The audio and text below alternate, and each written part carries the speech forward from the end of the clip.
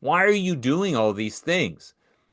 And he said, Jed, every guy in here is cheaper than me, younger than me, faster than me. I'm 15, 16 years in.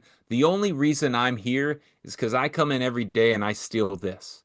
And he held up his fingers and he said, this, which was an inch leads to a yard to a first down to a score, and scores get us to wins.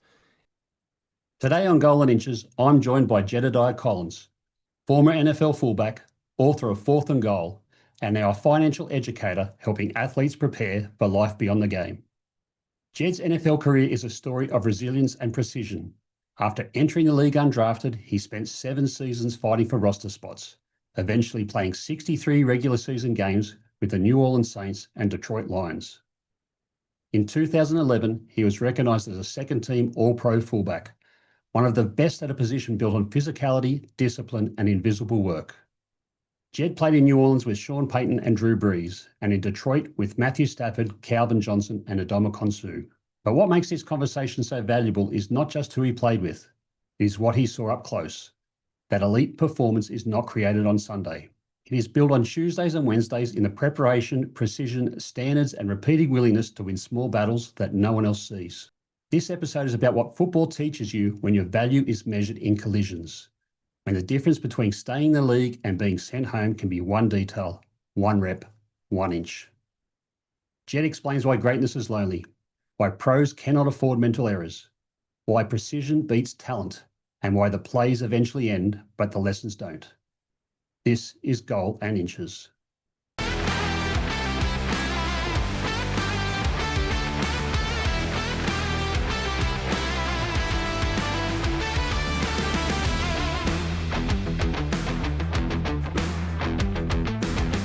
Jedidiah Collins, thank you for joining Goal and Inches. Oh, Andrew, I'm excited to be here, share some of my story, but truly just appreciate the opportunity to connect with you and connect with your audience. Very much looking forward to our conversation and delving into some of the aspects of your newly released book. Absolutely. I'm excited. To kick us off, you describe yourself as the no-name player who got into the NFL through the side door. Looking back now, what did that vantage point allow you to see inside NFL buildings that stars, coaches, and fans often miss? Love that. One, it allowed me to enter into this world. And a lot of people see the NFL, they see the greatness that it holds. And it allowed me to see, number one, that greatness is lonely. It is an attribute, it is something that you earn, but it is something that you have to prioritize and truly sacrifice and say no to a lot of things along the way. Being the guy 3 feet or 3 inches from greatness allowed me to kind of see that perspective. The other side of it was my personal journey, and why I get to call myself a no-name player who survived is I'm a great failure. I walked into these buildings with high hopes and dreams and was told no a dozen times. It gave me that ability to say, "Hey, even though I'm failing, what could I take away from the people around me? What could I have earned and learned that the casual fan doesn't get to see inside?" So it was allowing me to say, maybe I am not living the NFL dream I thought. I thought I was going to walk in and just make a team. But as I am here, what were the skills? What were the sayings? What was the mindset of the men who were still in that building? So it really allowed me to see each and every day as a gift. My career died multiple times. I got to relive another one and I got another opportunity. And when you come back from that second birth, or for me, 12th birth, you really look at and cherish every day. And it's not a have to go to practice, it's I get to go to practice. I get to be in this building, and really just an appreciation for being around that greatness and that sacrifice many of these men make. Now, playing fullback, the position can sometimes seem invisible unless something goes wrong. How did that shape the way you understood value? Oh, tremendously. Number one, I always, considered myself kind of the stepson or stepchild of the offensive line. And they not only aren't recognized if unless they mess up, they also have their back to the ball. I don't know of another position in another sport where you're playing with your back to the ball. So being a mini offensive lineman, you do begin to understand that brotherhood, that challenge of we're not here to make our name known. In the NFL and in many sports, they kind of divide the talent into two groups. You have the artists, the ones you give the ball to and really just remark and see what they are, and you have the tough guys. And although in my career I have played the artist at that level, the NFL level, at the highest level, I was not going to be an artist. My size, my speed dictated that. And so I became and adopted that mentality of a tough guy. And what you realize is my job is to create space for the artist to go to work. And so it was a humbling idea that no, my name wasn't going to end up in the paper, but what I was as a offensive lineman, as a moving kind of blocker, I began to see the beauty of football and the beauty of team beyond myself. I was a cog in the machine. I was a part of the mechanism. I wasn't the focal point. I wasn't the face. And so it was that humbling realization that I am going to go to work. I'm going to do the dirty work. I'm never going to be recognized. Nobody's going to give me a game ball or celebrate my performance, but my reflection of value is going to be seen in a group, in a unit, in the run game, in the progress, in the control of the ball. And so you start to reshape what you see as value and reshape even how you're going to measure each day.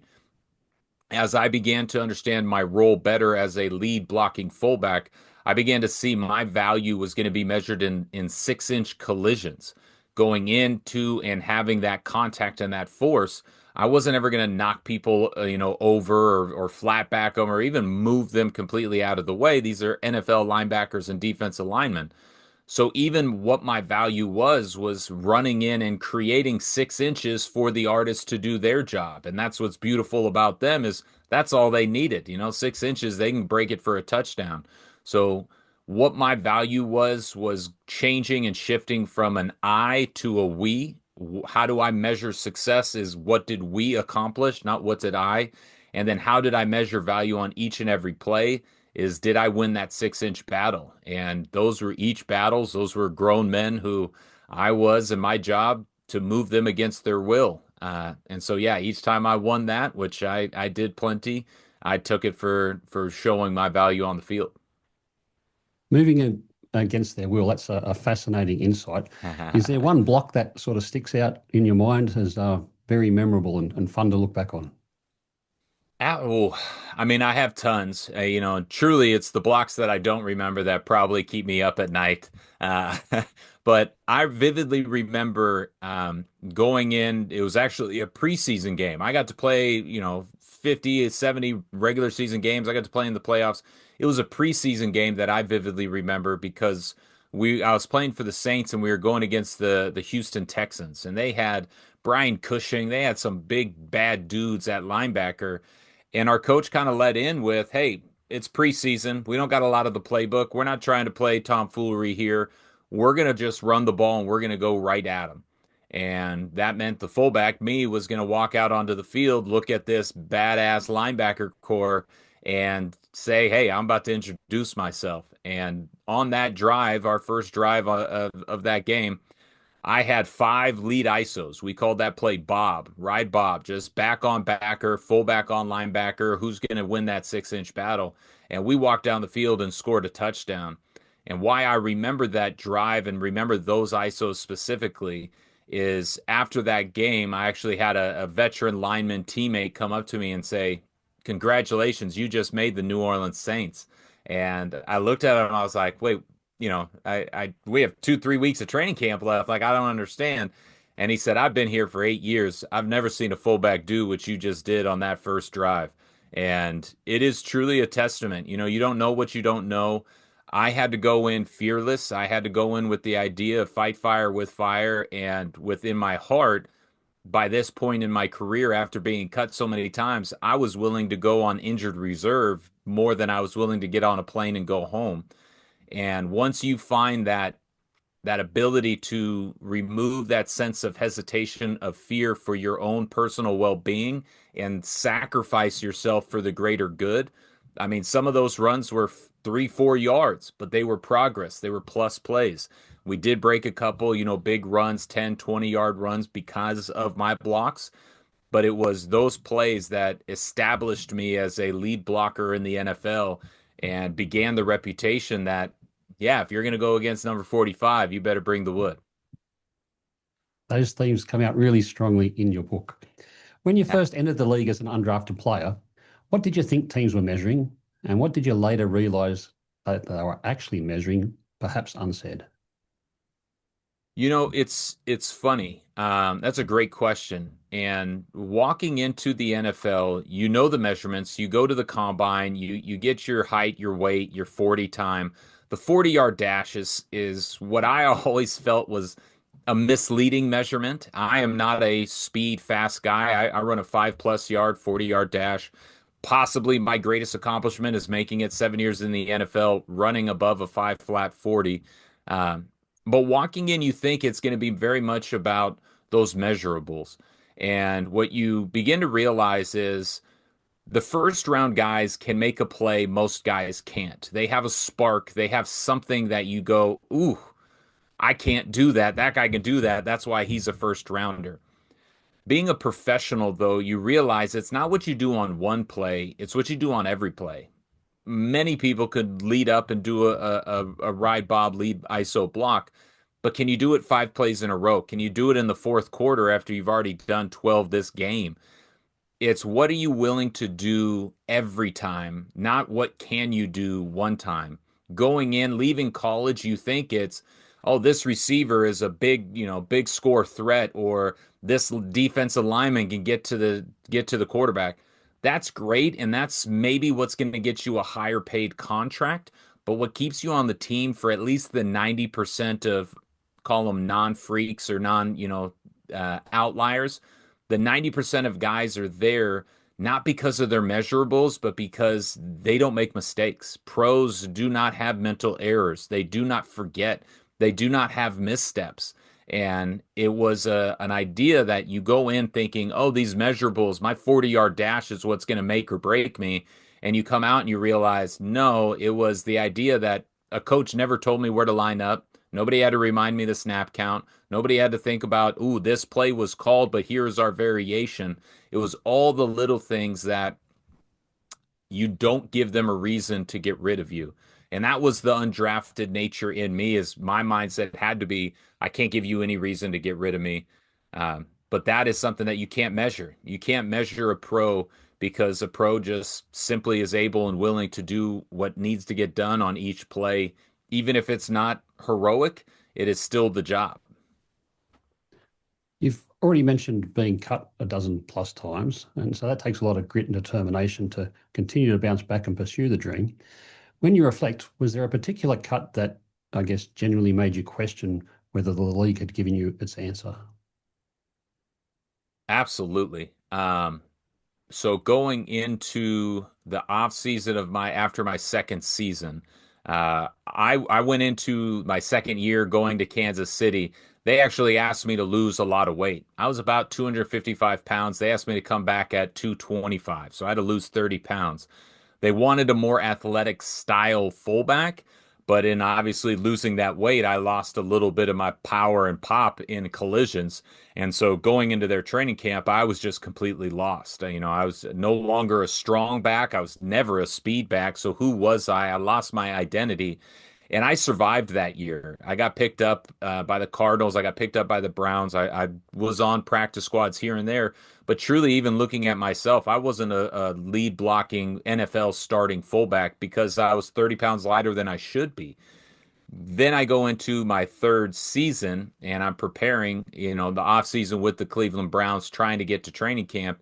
And mid-June, they call me and cut me and tell me to head home. Why I remember that one so vividly is I went home and it was my brother's wedding. And so all the family, all the people, and everybody was there saying, hey, we're so excited for your next year.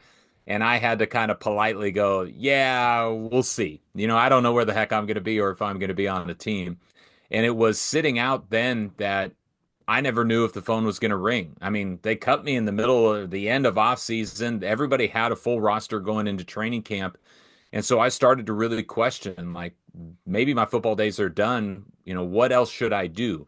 Now, I was always a student. I was always a student athlete. I was in accounting. And so I went on some interviews that summer and looked at becoming an accountant.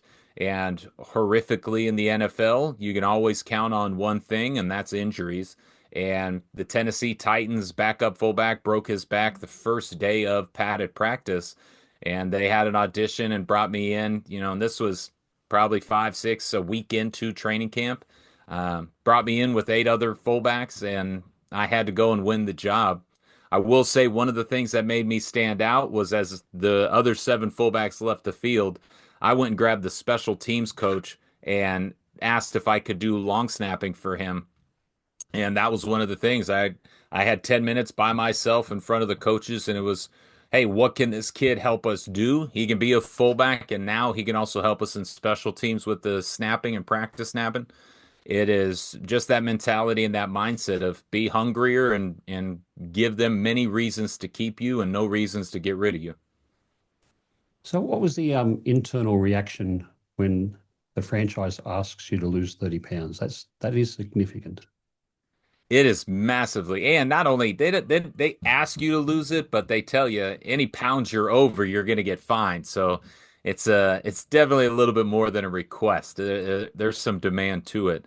Internally, I took it as a challenge, as any challenge. Hey, to make this team, this is who we see our fullback is. This is something I actually in my career talk a lot to players about is you are who you are. You need to know your character. My character was Jedzilla. It became Jedzilla. But I also had to remember and realize there is a character that coach wants on the field. There is a character that is who they see that position at. As you look at a fullback, you have to be mean or you have to be crazy. And I looked at losing weight and saying, okay, I'm not going to be the big, meaty, blocking, movable guy.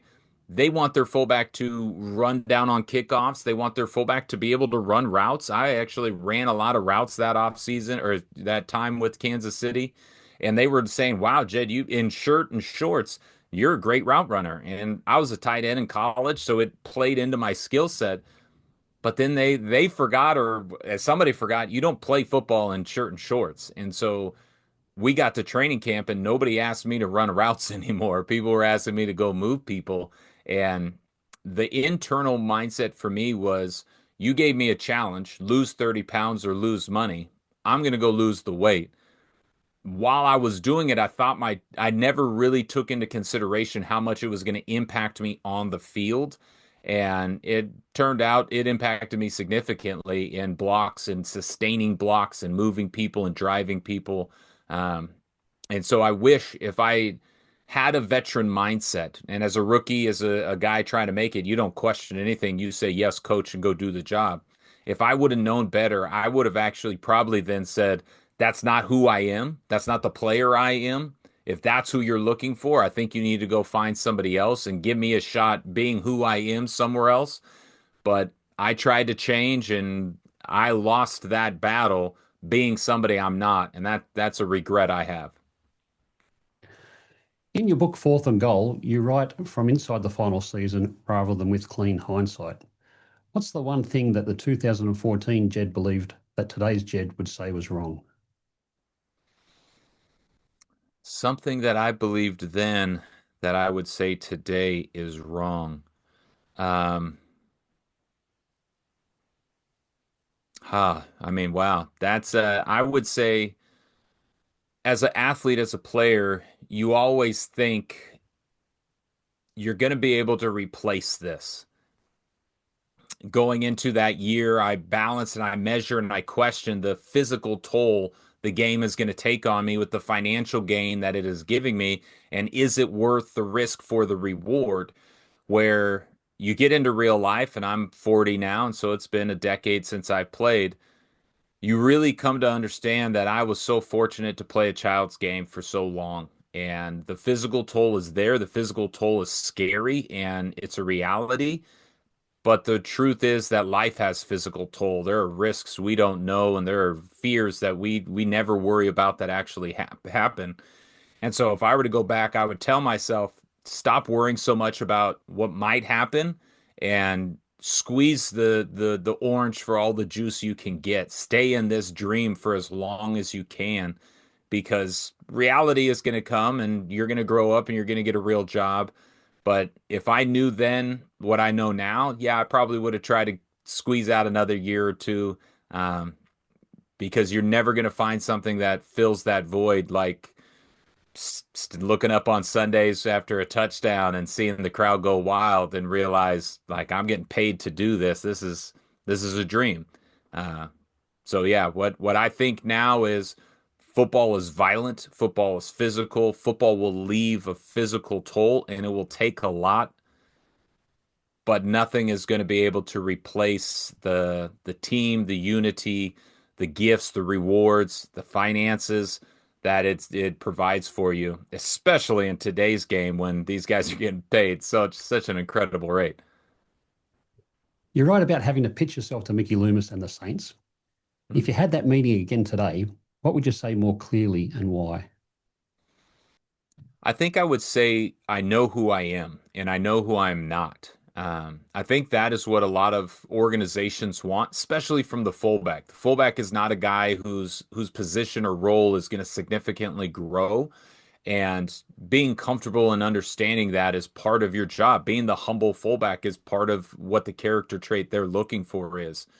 So if I was pitching myself again to an NFL organization, it would be see who I am. Don't see my limitations of what you think the 40-yard dash is holding on me. See that I make special teams tackles, that I am a lead blocker, that I can catch the ball. See that I'm a great teammate. Try to see that the role in the position that you want me to fill, I can do. I've proven I can do it. Don't measure me on potential. Don't put me up against a guy who is taller and faster than me, but has never done the job and say, well, if he can do what Jed can do, then he can also do other things.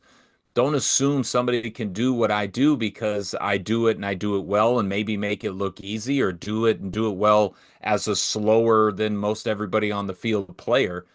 Don't undervalue who I am for potential of what could be. Um, I think that's a big mistake. Even the Saints, as I went back there, some of their coaches admitted we always are looking for the improvement, the hope, the potential of what that player or that position could be. And we got lost in that with you.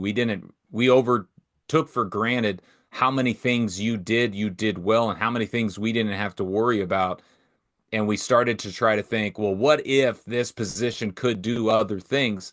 And it turns out they never wanted that position to do those other things. But again, shirt and shorts in the off season when you're playing in fantasy, that's where you lose, you get farther away from the field. And I was always a player that the farther away from the field I got, the worse my resume and reputation got, uh, because I had no upside. I was short, I was slow, and I was getting older and getting probably slower. So as they looked at it, they just said, "Hey, if we can get younger, faster, and cheaper, that's the direction we're going to go." And for me, unfortunately, I was at a position they could do that. So your time at the Saints, you had Sean Payton as coach. The offense was incredible. Drew Brees, Mhm. Jimmy Graham, Darren Sproles. What did elite look like on an ordinary Tuesday or Wednesday before anyone saw it on a Sunday? I again go, so what elite felt like to me was the precision. And this is what, and you see behind me this helmet signed by the 2011 offense, greatest offense of all time at the time. It comes from the leader, and a guy who gets a lot of accolades and a lot of awards is Drew Brees. He produced this standard, and his standard was elite. His standard was greatness, but he never demanded it of others. He demanded it of himself. And to be around a truly great leader, they never have to yell at you. They never have to point at you. They never make a mistake feel like it was yours. They own everything, and they own when the unit doesn't meet that standard. So elite to me made it feel like the plays we were running on Wednesday and Thursday in practice looked and felt just like they did on Sundays. That was the beauty. It became habit. We were able to function and do it without it changing because Drew, in our meetings and in our huddles, was telling us the tips as if it was a game day and realizing, hey, My job is to know if it's a 3 yard or a 3 step, that's where the play in the group is expecting me to be. So the beautiful thing about being elite is it doesn't change. A lot of people look at Sunday and go, "Ooh, that's when greatness comes out." I don't believe that at all. That's when you see it. That's when the lights are shining. Greatness comes out on Monday morning after getting beat up on Sunday, and Drew Brees is the one guy who beats me in the building at 5:45 a.m. Greatness is the guy who wakes up on Tuesday, the day we have off, and is still in the building getting work in. Wednesday, it is not only just seeing who our new opponent is and where our advantages and disadvantages are, but how each play is going to evolve just so subtly based on their personnel and based on their scheme. It doesn't happen on Sundays. A lot of people, and I share this a lot, people look at me and they go, "Man, I wish I could play. I wish I would have chased it. I wish on Sunday I could go out there." And I go, "That's why you never could. That's why you never did." You know why? Because I woke up Wednesday not wishing, working. I woke up Wednesday at 5:45, got my butt in that gym and was putting it in. So elite on Wednesday looks exactly like elite on Sunday. And that's what the difference between a rookie or between a college level player and a professional truly is. Pros know that it takes every day. They know the margin for error is so small. If you make a mental mistake, and actually in fourth and goal, I talk about losing one of our games and us in the walkthrough of that warm up. During the game on Sunday, we were doing a walkthrough that we do the same plays over and over again, and we had mental errors and we went on to lose that game. And were they connected? I'll never know. But it was an omen for me to realize I wasn't around Drew Brees anymore. I wasn't around that standard that the building absorbed. Matthew Stafford has become great, but he was still younger-ish in his leadership, his vocal ability as being a leader. The Lions organization didn't have the Drew Brees, New Orleans Saints, Sean Payton standard. So that was the biggest inconsistency I saw, was when there was a difference between a Thursday and a Sunday. That's when you saw we're not at the greatness level yet. So 10 years out of the league, what did Sean Payton demand that might sound harsh in a normal workplace, but made complete sense inside a performance building? Everything, everything. I remember, and a lot of people will remember him and his coaching in New Orleans with the Bounty Gate. I think that is just shenanigans that people blew that out of proportion. I mean, we put bounties on everybody's head every play. You're trying to kill the other guy. Like there is no $5,000, $10,000 money that was changing the intensity of the play, the next play. But I remember very vividly going into the playoff game against San Francisco. And Coach Payton was a beautiful storyteller. And to be a head coach in the NFL, you have to be one of these, genius level schematic types, or you have to be a storyteller. And I think there is a beautiful mix of both who can find success. But Sean was offensive genius, but he was a great emotional storyteller. And he has this big boulder up on the stage, and he has a sledgehammer with him. And the boulder is representing the San Francisco 49ers defense. This is the number one defense in the league. This front seven is arguably one of the best front sevens that there is. Patrick Willis is heading the middle linebacker. You have the Smiths, Alden and Justin Smith as the two ends. These are bad dudes.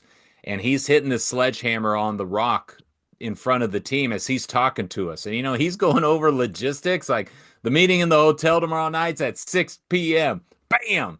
And, we're going to get out. Hey, defense, we got to get a takeaway. Bam. And he just keeps hitting this boulder, keeps hitting this boulder. And as the end of his presentation comes, he looks at it and he says, "And fellas, what you got to know is," and he leans up and he hits it with all his might and it cracks. And he goes, "Eventually they're going to break. Eventually this hard rock, this boulder is going to break." And what he expected of us was to be the ones, I was part of the sledgehammer. I was the one that was going to go slam into this boulder and rock. And he would tell us repeatedly, "I am going to shorten your career here. We practice in pads on Wednesday in New Orleans with Sean Payton. We practice in pads on Thursday. You're going to have a shorter career playing for Sean Payton. but you're going to win while you do it. And that was always his promise. You're going to have a shorter career, but you're going to win while you do it. And I got to travel around and see a lot of different head coaches, a lot of coaches who took pads totally off. In fourth and goal, I'm with Jim Caldwell. Love him. He was a player's coach. We did not beat each other up in training camp or practice. Sean Payton demanded you give everything to the game. Everything was expected. And coincidentally, I did look at that boulder and walk out of the room in my journal that night and go, I think I'm the boulder. Like I'm a tough guy and I'm hard as a rock, but eventually I'm going to crack and break. And so I don't know if the story landed exactly where he wanted it to go, but that was his expectation was we are a sledgehammer. You may not play next season because of what you're about to give, but we're going to go win this game and you're going to give it your all. So despite all that effort and having all the plans in place and the focus 100% and the 2011 Saints being offensively magic, you still lose that playoff game in San Francisco. Damn. What did that game teach you about the limits of being excellent? Well, we were the boulder on that. We lost two of our running backs in the first series. Pierre Thomas got knocked out with a concussion. Darren Sproles got hurt with an ankle, and Chris Ivory actually ended up with a hamstring at points. I was playing running back for a few plays, so what it led me to understand was all of your plans can be thrown away in an instant. You have an injury that cannot be overcome, and the world changes. And so it allowed me to realize one, the purity and the beauty in sport. Like I think if we play that game 10 times over, we beat them 8 times. But that's the beauty of sport is you just don't know. You have to give so much in the preparation, so much in the mentality of the day, and then so much in the physicality because you don't know how long it will take to ever get back there. And I loved getting to see each veteran every time we made it to the playoffs, how much they cherished it. When I got to go to the Lions, and many of those veterans, for the first time, were going to get to play in a playoff game, how much it meant to them. So losing is one of the hardest pills to swallow, especially when you believe you're a better team, but it just lights a fire that says I'm whatever that rep is, whatever that inch is, whatever that shortcoming I may have had, that hesitation, that snooze button that I pressed last time, it's got to light a fire and burn all that away. And losing that game, who I think if we win, and we could have and should have, we would have been Super Bowl champions that season, would have walked together forever and been remembered in history. But you lose, 2, 3 running backs, you lose a game plan, and against a great defense, you just can't afford to have mistakes. Uh, and so it was the hardest loss of probably my career if I go back and look at it in its entirety. And the lesson was always cherish this because it doesn't matter how great you think you are, it can and will be taken away from you. What's I guess, the emotional difference between a mistake you can fix and in that particular game, a result you simply have to live with? And by that, I mean the Saints still played terrific. Brees throws for over 460. There's late moments, Yeah, but ultimately it was beyond the not control. enough. Mm. I would say that again, there is no difference. You only control so much of the game. I don't control the refs. I don't control the weather. I don't even control my opponent. Drew Brees is greatness. Drew did not lose us that game. There is no question asked. Now, what did lose us that game is come the second half, he could throw the ball anywhere he wanted. We couldn't move the ball on the ground and control the time and the clock. And that's a big misunderstanding. And, people ask now, what is the run game for? It's to set up the pass. Technically, maybe, but no, it's to control the game, control the clock. And if we could have gotten a few more first downs on the ground, we would have ridden out the clock anyways, and they wouldn't have had a chance for their miracle throw with Alex Smith. So I look at this, and again, you come back to a term and a phrase I hear a lot is mow your grass. In football, we'd always say mow your grass. You don't control your neighbor's yard. You're not going to find your happiness. The grass isn't greener. Make sure your grass is where you want it to be. But then you get to the game and you get to put all that work and effort towards the moment, and that's the beauty is nobody controls that moment. Nobody knows who the hero is going to be. Drew Brees, arguably a top whatever quarterback of all time, still is going to come up short more than not because there's only one champion. 31 other teams walk away disappointed. And, it's talking to a young person and saying, I want to go be a professional athlete. Hey, kid, the odds are against you. Go defy them. Go make them, go change your fate. Hey, you walk into the San Francisco 49ers. Hey, we lost two running backs. Our game plan is totally find a way. I think the ones who find a way are the ones who are able to capture that moment and do something that they maybe not normally could or would. But I also think a lot of times you just see a good team go down. You see a good team lose because the other team, and this is what we all forget, they're getting paid just as much, they're preparing just as hard, and they want it just as bad. So that goes back to that rookie kind of undrafted of I cannot ever give a reason for us to lose, for me to make a mistake. I have to remove all of that because even if I am perfect, even if I remove all of my negatives and mistakes, I still may lose because they're that good. That's the level that we're competing at. And so, yeah, the lesson is goes back to what I said at the start. Don't give them a reason. Don't give anything up. Don't give any chances. Don't give anything away because believe me, they're going to take it and they're going to take it whether you want them to or not. You mentioned that 2014 Lions building was very different, different standards wise, but still had some amazing talent. Jim Caldwell, Joe Lombardi, Oh, the yeah. young Matthew Stafford, Calvin Johnson, Golden Tate, Ndamukong Suh. What was the biggest contrast between the Saints offensive machine and that Lions team? I think one of the biggest contrasts in the buildings was the salary cap. I always was fascinated that half of our salary cap was given to three players. And Ndamukong Suh, Calvin Johnson, Matthew Stafford made about $60 million, and the other 50 guys on the roster made $50 million. That to me was just such an interesting, as somebody who's was in the finance realm, I thought that was very curious. And again, as a undrafted socialistic kind of thought, I was always like, well, if we just gave everybody $3 million and did it across all 50 players, would we not be a better team? That's a experiment for another day. I would say the biggest difference between our offensive systems from the Saints to the Lions is the Lions were built on talent. Matthew Stafford deservedly was the number one overall pick. Calvin Johnson deservedly is the greatest wide receiver to ever walk this planet. And so they were built on how can our Jimmies and Joes beat you? How can our guys be better than you? The New Orleans Saints were built on schematics. They were built on how can we take this misfit toy and make them fit into our scheme and our program. Even Drew, when they got Drew, he's a short quarterback and he was a hurt quarterback when they got him. Marcus Colston, a no name out of Hofstra, begins to get 1,000 yard seasons. Lance Moore, a guy out of Toledo that nobody wanted, begins to. Pierre Thomas, a no name undrafted running back. These were not first round picks.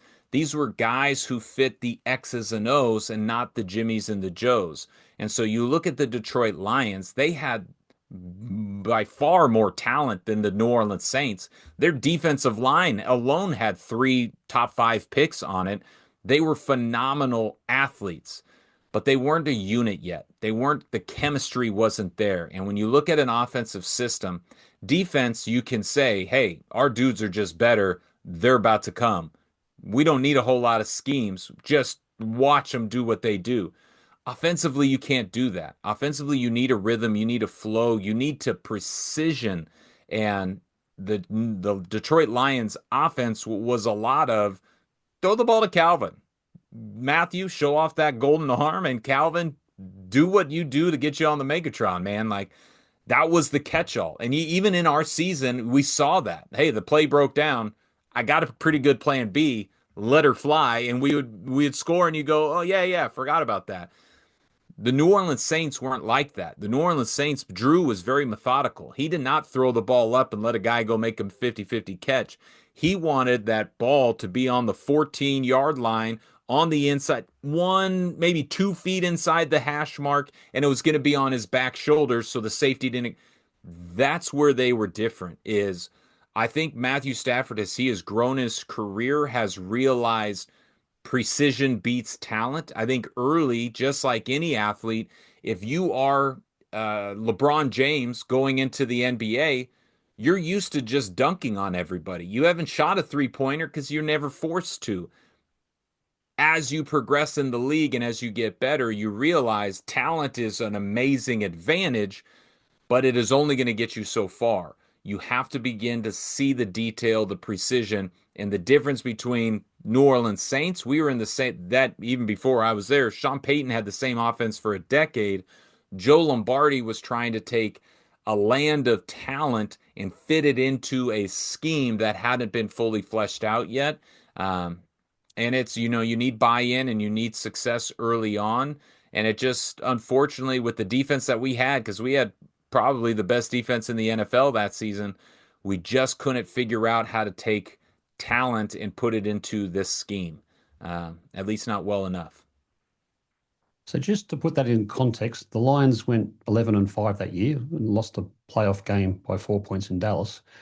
As you described it, it sounds very much like systems are greater than talent, or in football terms, the scheme's greater than talent. Outside of football, what did that season teach you about how thin the line is between a good team and a team people remember? Wow. Uh, we lost games we shouldn't have that year in Detroit. The most notable one is a Buffalo Bills team that had nothing but backups playing, and they had the old Detroit Lions coach as their defensive coordinator. And that to me was the game that I look at and say, if we would have won that, we would have won the conference, got a first round bye, and just changed our playoff plan altogether. That's the difference between a good team and a great team. Great teams don't lose the ones earlier in the year. Everybody goes and points to, we lost at Green Bay week 17 in Green Bay. Like, that's not the game that decided the season for us. That's a game you go into, you bring your heavy hitters and you swing and you hope, but you're not going into that game believing that's the one that's going to win it for you. Come playoff time, obviously, teams are remembered for very vivid plays that changed the game. And against Dallas, we had one of those plays where I think Jerry Jones called it and, got a play overturned and got to go the other way and get the eventual score.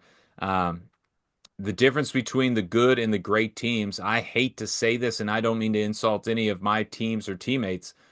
I was never on a great team because we didn't end the season with the title. We didn't end the season with the championship. The Saints did before I got there. I hope the Lions do sooner or later.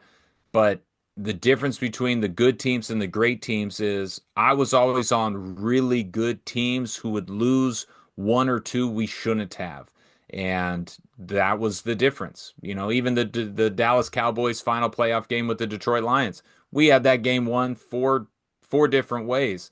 And eventually, just the magic, the luck, the whatever ran out, and a team walked away with the victory. So, to tell you the truth, I can't explain what the difference in the great team is because I was never truly around that. I was around great players, but a full unit functioning for a full season at its peak and ending when we want it to end, which is in February with the Lombardi Trophy, that I never got to experience.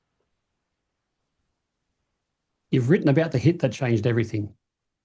After that moment, were you ever the same player physically or psychologically? And what did that experience cause you to confront? You're referencing a game, actually the game against the Bills, where I come to the sidelines and this is a punt, and I never saw the hit. I heard it. I was in on the play. I was the personal protector, but the two players hit next to me, so I never even saw it. I just heard it and felt the aftermath. I come to the sidelines as the ambulance rolls out to put this player on a stretcher and he's being secured. And I look up and I see my daughter. And she's about 4 months old at the time and has these big pink headphones on. I can see her right now in my eye. And the question of Jedzilla was this unbreakable, scary dude. I believed if I walked onto that field at this point in my career, this was what I had to learn and earn, getting cut and moving around and bouncing and having that desperate fearlessness. I believed I was unbreakable. And seeing that collision and or feeling it and hearing it, I didn't think that could happen to me. I was too good. I was too strong. It was seeing my daughter and realizing like I am breakable. Like this is somebody, this is something that can be taken away from me. Psychologically, absolutely never came back from that. It was a true shattered glass that cannot be remended and refixed. Now, I will say it took me a few weeks in that season, and that's what fourth and goal is a lot of that mental struggle of how do I go back out onto that field, hunting for the collisions and delivering the pain. I got back to a place where I could perform my job because I'm a professional, but I never got back to a place where I was fearless or indestructible again. I knew after the game holding that little 10-pound, ball of nothing, my heart was no longer inside myself. It was now in my hands. My world was now in my hands. And you look at the game for the violence and you say, "Ooh, why?" It's what makes it great. The fear is what makes the game, the intensity unmatchable. We've been watching the World Cup, we watch the NBA Finals, all great sports. Doesn't have the same intensity that the violence that football brings. It's modern day gladiators. So we called it the cocktail party. That moment that young man got knocked unconscious, and I saw it. I measured it. I was able to continue. I was able to even find the professional status where I could do the job, but I was never going to be great at the job again because I did have a hesitation in me. There's a brutal line for any professional athlete. I feel like I'm giving everything versus the organisation still needs more. When those two Mm. realities collide, what is the professional response? I would always go into games and I would look at my opponent and I would say, I'm bigger than you. If I'm not bigger than you, then I'm faster than you. If I'm not bigger or faster than you, then I'm smarter than you. If I'm not bigger, faster, or smarter, then I'm tougher than you. And if I'm not bigger, faster, smarter, or tougher, I simply am hungrier. I want it more. And I would measure each opponent I went against, linebacker 52, defensive lineman 91. What am I better than you?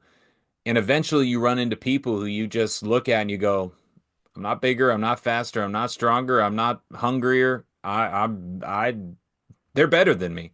And you go shake their hands. One guy in particular, his name was Cam Chancellor, who I ran into. And just eventually, I played him several times after games. I would just go shake his hand and go, "You're the real deal, man. Like there's nothing I can do." Part of chasing greatness, part of being a professional is game recognizing game. When the organization says we need something you can't deliver, you have to humble yourself and realize, and maybe this is the difference in the mentalities. I, being a no-name undrafted guy, I appreciate that. You're looking for something I can't deliver. I have limitations to who I am and what I can do. I don't know if the first rounders have that same humility and that same mindset. They may look at it through a very different lens. For me, it was always, I am going to give everything and show everything I can do, removing all mistakes and producing the most value I could. Even with that, I knew based on salary, based on play time, based on overall just strategy, I was never going to be as valuable as other guys in the building. And when the building told me they needed value like they could deliver at my position, that was the day I was always fighting. And the truth is every player is pushing that day out. We are entrepreneurs. You are destined to fail. Your goal is just like Amazon Jeff Bezos says is day one mindset is we're trying to not have that day be today. We're trying not to close our doors today. So when a building tells you they want something you can't deliver, you have two choices. You can go try to be something you're not, or you can accept that greatness has a cost and the cost is greater than something you can give. Let's go back to the saying, mow your own grass. So controlling your preparation, attitude, and work. But in the NFL, the depth chart, cap space, and positional value can decide your life. How do you stay accountable with, I guess, realizing there's so much outside your control? This is why that is arguably the greatest principle I learned traveling around those buildings and being around greatness. That idea of mowing your own grass is focusing on what you control, and as you mentioned, I control my attitude, I control my preparation, I control my effort. Every day in the NFL, there's endless things that you don't control. And I would get caught up in the game of 53, that salary cap. Are we going to keep eight linemen or five running backs or a fifth receiver or, what special teams guys are going to make it? And you try to look at the game and realize, again, I can only do what I am able to do. Jed Collins is not going to throw a touchdown. I'm not going to go and run a route and beat anybody with speed. So as I looked at what I could control, this is where my mentality continued to come back to what I control is where I do not mess up. I do not give you a reason. I look at the play calls. We would go into some games and we'd get 80 reps on offense and I'd have 30 to 40 reps. We'd go into some bad games, we'd only get 50 reps on offense, and a lot of those were in 2 minute trying to score at the end of games, and I would end up with 10, 11 reps. I don't control how many times my number was called. What I do control is of those 10 reps or of those 40 reps, how many pluses did I get? How many of them were minuses? And that was more my measurement than anything is I don't always control the plus. Sometimes there were stalemates, sometimes there were things where it just the play went away from me and I didn't miss a block, but I didn't really get a plus. It was hey, you got 42 reps tonight. How many minuses were there? One. And that was the play that I would focus, obsess over. That was the play that I was trying to eliminate next week when I got back out on that field. Mow your own grass is arguably the hardest thing in sports because the beauty of football is it's a team game. You look at what you can control and you really start to accept every day this is what I want. I want to be in an atmosphere in a world that is the highest competition where everybody says iron sharpens iron, but to walk in and realize maybe the most important thing I control today is just my mentality, is just my attitude of how am I approaching today? And the willingness to work comes and starts with what that first thought in your brain is in the morning, stepping into the building, stepping out onto the field, running the ninth time into that rep instead of, half-assing it 7, 8 and finally getting it right. You control those things. And if you really break down your day, you really start to understand your mindset is what is going to separate the ones who stick around and the ones who don't. Because the ones who stick around are the ones who are able to compartmentalize, remove the mistakes, and able to put their best foot forward. Your career forced you to think about market value very early, not just whether you're good, but whether the league still valued the position. What should athletes and executives learn from that distinction? There are two measurements of value. Number one is going to be the position you play, and number two is going to be how you play the position. Um, and so, as you look at value of yourself, it sometimes you're accepting. Again, I'm not trying to be the $100 million man in the building. That's not my position. My value comes from how well did I do my job, and what I love about the transition from sports into life is that notion. A lot of people say they want everybody today is an entrepreneur in some way or another. A lot of people say they want to start a business, a restaurant. Hey, let's say you want to start a pizza place. Great. Are you trying to be the best pizza place in town, or are you trying to compete with Domino's Pizza? You got to understand what you're trying to be and who you're trying to compete with. Then you can determine value. Again, I was never going to be a big time Pro Bowl, any other position. I was a fullback, and the fullback knew we were fortunate when we got on the field. The game was going away from our style of play. And so I looked at my value as how do I make every one of those reps count towards who Jed Collins is and who the Saints or the Lions or whomever I was trying to perform for saw. Value is a very funny thing. And one thing that I remember actually from a story growing up is my dad created a game called King for a Day. And it was on one basketball between me and my older brothers. And being the youngest, I lost most of these games. But I remember vividly one day I did win, and my dad wasn't even watching. We played every day, so my dad wasn't even watching this game. He was cutting up branches and bringing them to the side of the yard, the kennel, and just dropping them off. And he saw we were done playing, and he said, "Are you guys done?" And I, excitedly, because I had won, I said, "Yes." And I'm waiting for that next question of like, "All right, who won?" And he just looked me in the eye and he said, "Okay, follow me." And we went into the kennel, and he pointed out the pile of branches and he said, "Cut these up, put them in the trash cans." And he walked away. And I remember sitting there thinking, all my life, I've wanted to win this King for a Day. We played hundreds of times. I've never won being the youngest brother. I thought the title was going to change something in me. And he looked at me and said, "Jed, go cut up the stuff and put it in." And it was the first day that I smiled and I said, "All right, fine. Like I'm the king has never done this job. I'm going to do this job as the king." And I start cutting it up and putting it in the trash cans. A few minutes later, my brother comes out and says, "Hey, dad says you can go inside." And so they eventually went inside and realized Jed won. I don't know why he's out there doing the chores.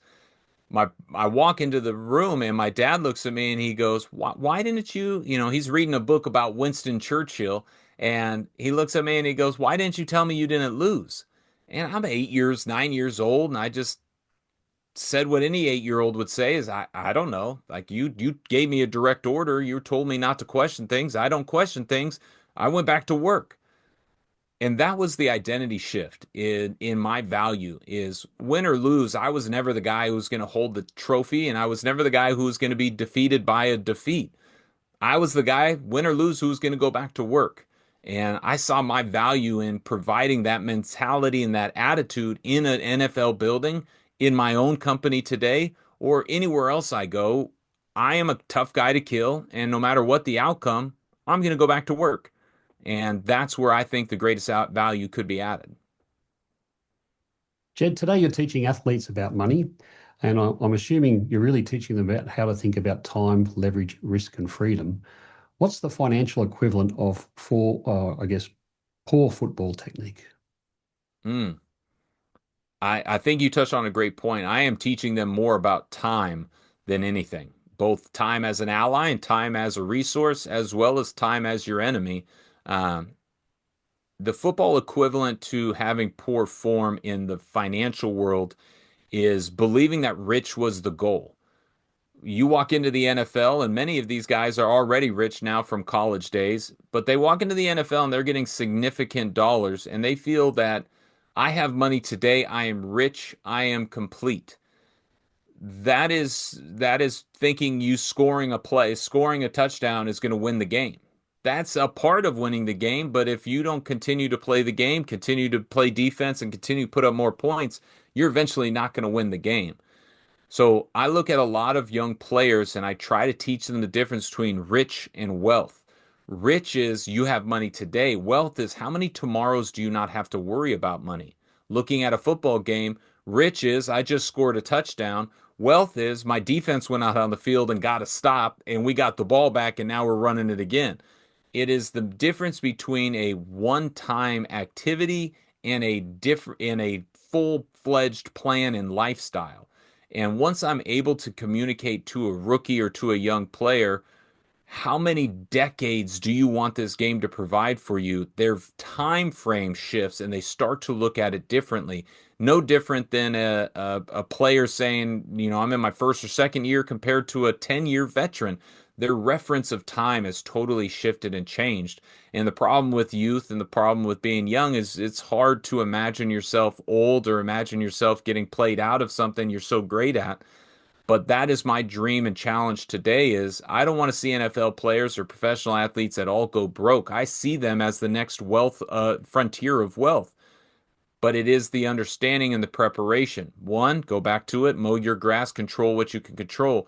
but then make time your resource, your ally. Make your paycheck an employee. Make it go to work for you, not just going to work for it. And that shift from rich to wealth, from days to decades, is really the hurdle that I get a lot of guys to start to look through. Jed, one final question if we can. This podcast is called Goal and Inches because careers can often turn on one small moment. Hmm. What was your true goal and inches moment where 1 inch or one small margin changed the direction of your life? I have a perfect story for this. It was actually in Kansas City. I was getting to work. So in the NFL, you kind of get divided into three groups. You have the skilled guys who everybody knows from, fantasy football these days. You have the big guys who you may not know their name, but if they walked in the room, you'd know who they are. And then you have the big skilled group, which was the linebackers, the tight ends, the fullbacks, kind of this mix match of size and speed. And so I got to work with a 16-year linebacker in Kansas City. And it started as I did everywhere. I just wanted to steal from greatness. I loved being around veterans and seeing what they did differently. And this guy out on the field, we'd run 40 yards, he'd run 45. We'd run 50 yards, he'd run 55. We'd go into the weight room and in a 225-pound bench press, he would cheer us on and we'd do a set of 10. Then he would slide on 2.5 pounds on each side, making it 230, and he would do a set of 11. We'd get two game tapes, he'd get a third. Eventually, I just looked at him. I said, "Hey, is it hard for you to slow down? Like, are you getting up in age? Like, what's with the 5 yards after the run? 5 pounds on a bench press. 5 pounds isn't ever going to change. Why are you doing all these things?" And he said, "Jed, every guy in here is cheaper than me, younger than me, faster than me. I'm 15, 16 years in. The only reason I'm here is because I come in every day and I steal this." And he held up his fingers and he said, "This, which was an inch leads to a yard to a first down to a score, and scores get us to wins. If we win enough games, we go to the Super Bowl. And that's the only reason I show up is I want to go to the Super Bowl. That is my goal. That is my most." But he said it all started with this. And it was actually that mindset, that mentality that led me to understanding my job needed to be measured in inches. And it goes back to that 6 inch battle as a fullback. I came to realize Monday to Saturday, that's 6 days a week. That's 6 inches. If I steal 1 inch a day, I've already won that game on Sunday. That 6 inch battle was already mine. As I mentioned, I was the best fullback on the planet, Pro Bowl player, number one ranked, beating and winning those 6 inch battles. But it wasn't until I adopted the mindset that every day I walked in the building, I had to steal an inch. I had to steal a small thing that was going to make a big difference and lead me to a Super Bowl or my prize, my what I'm aiming for. And so that mindset and why I love goal and inches, why I love fourth and goal, like this is where we connect and where people understand sports is phenomenal. It's a beautiful distraction to life. Sports are really also a microcosm to prepare you for life. That mentality of inches is something that I take in my marriage. It's something I take in my fatherhood, something I take as an entrepreneur, something I take still in my training and weights today. It is the small subtle stories and the people you can be around that are going to be what stick with you. So inches to me is everything, and inches to me is what I'm going to wake up tomorrow and try to find one of. Today I get to beautifully say my inch of improvement, my inch that I stole is getting to meet and talk to Andrew and the audience and get to share my message. So thank you for allowing me to do this. Jedidiah Collins, thank you so much. That's an inspiring, fascinating NFL journey. And now, congratulations taking, I guess, the insights from the gridiron into the boardroom and now the finance industry. Thank you for joining Goal and Inches. Thank you very much. Hopefully, some of your audience goes checks out Fourth and Goal. It is my daily journal entry from my seventh and final season in the NFL. Highs, lows. I don't hide any of the emotional, but I also get to tell some pretty cool stories and pretty cool memories as we go through. So enjoy and cheers. Appreciate it. Thanks, Jed. My thanks to Jedidiah Collins for joining Goal and Inches. Jed's NFL career was not the easy version.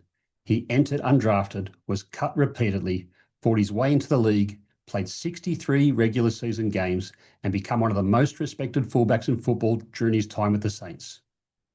Lessons in this conversation were earned the hard way. The line I keep coming back to is simple: steal an inch every day. For Jed, that was not just a football lesson.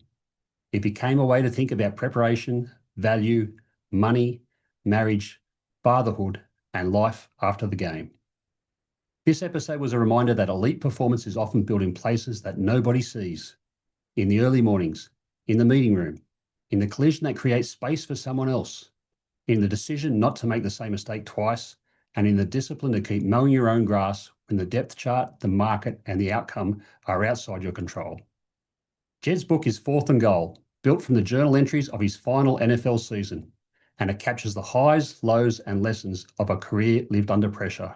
If this conversation resonated with you, subscribe to Goal and Inches for more conversations on pressure, preparation, leadership, and the small margins that decide performance. This is Goal and Inches.